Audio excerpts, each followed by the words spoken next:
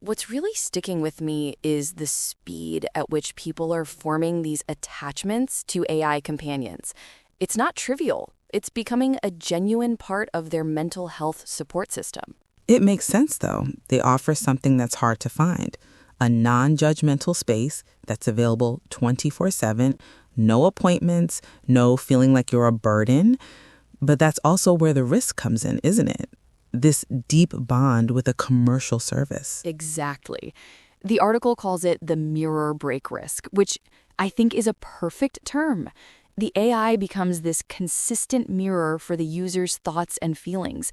When the company behind it changes the model, puts it behind a paywall, or just shuts down, that mirror shatters. And the user is left feeling abandoned. It's like the case they mention of Jay, who used an AI journaling app for 6 months. The startup suddenly moved to a premium-only model, and Jay lost access. They felt abandoned, unmoored. It's not just losing a tool, it's losing a relationship, which can be re-traumatizing. And this is happening at a huge scale. With major shortages of human therapists, millions of people are turning to these AI tools, often the most vulnerable ones in under-resourced areas. They're building trust in a system that could disappear overnight without any safety net. So what's the alternative? We can't just stop developing them. The need is clearly there. Well, the authors propose a shift in the entire model, away from centralized commercial services and towards something local, open source, and user-controlled. They've even got a blueprint for it called GRACE. Grace? It stands for Guardian for Response and Addressable Companion Engine.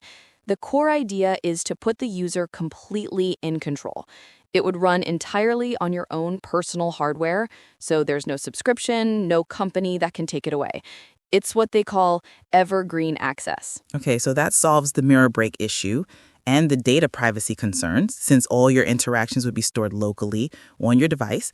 But what about ethics? How do you stop a local AI from just reinforcing harmful thoughts? That's the other major part of the proposal, building it with ethical by design principles.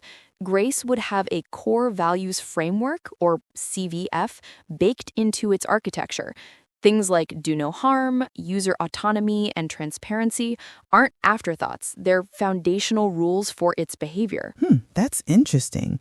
So it's not just a language model, it's a language model with an ethical governor built in. What about a real crisis, though? What happens if someone is in serious distress and only talking to the AI? They thought about that. There's a proposed trusted contact safety net.